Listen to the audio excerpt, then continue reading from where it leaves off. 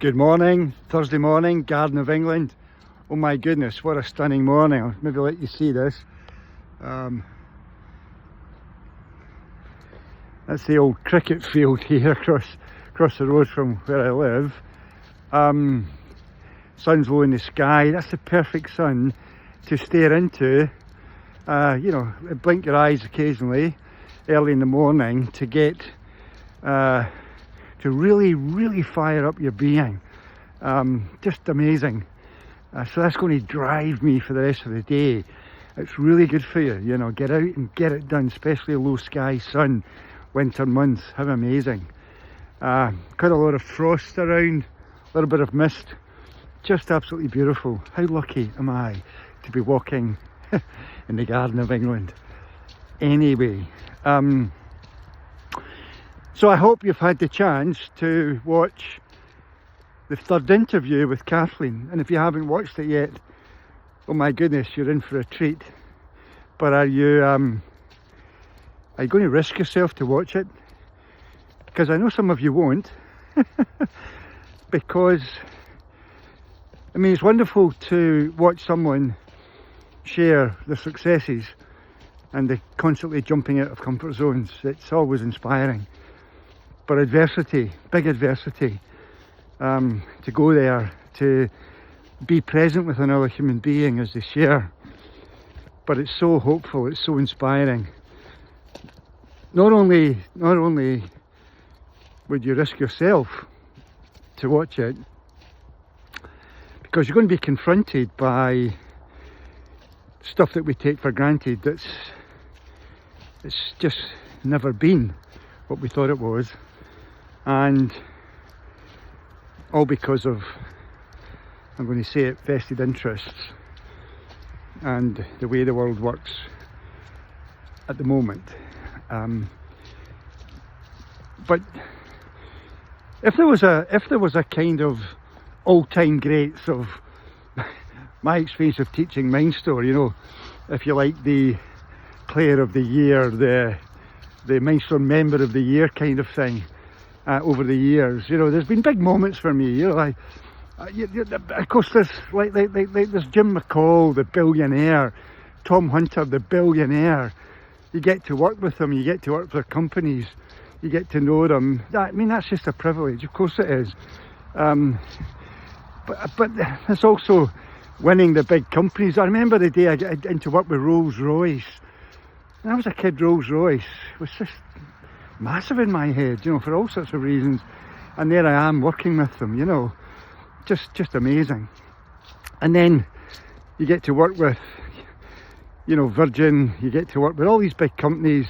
You get endorsed by Branson himself, one of my heroes kind of thing. Liz McColgan, she goes out to Tokyo, comes back with the 10,000 metres gold medal in the World Championships. Gavin Hastings, the captain of the British Lions, the legend of the Scotland captain. I could go on and on and on. The big banks when I got them, GlaxoSmithKline when I got them, I returned time and again to work with them. I not do that now, of course, but there you go. But up there without doubt is Kathleen. But what's also up there is risking.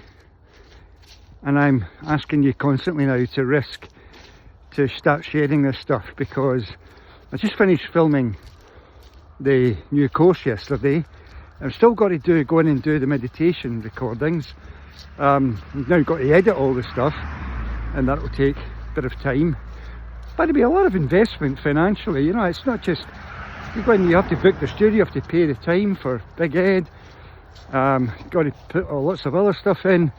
But I do it because I suppose I'm risking myself, because I want you to ultimately risk yourself, to not just, oh, here's a new course for me, but no, it's a course for friends, loved ones, colleagues. But risking yourself, throughout all the time of teaching MindStore, I've had to risk myself to go into these big opportunities and win them.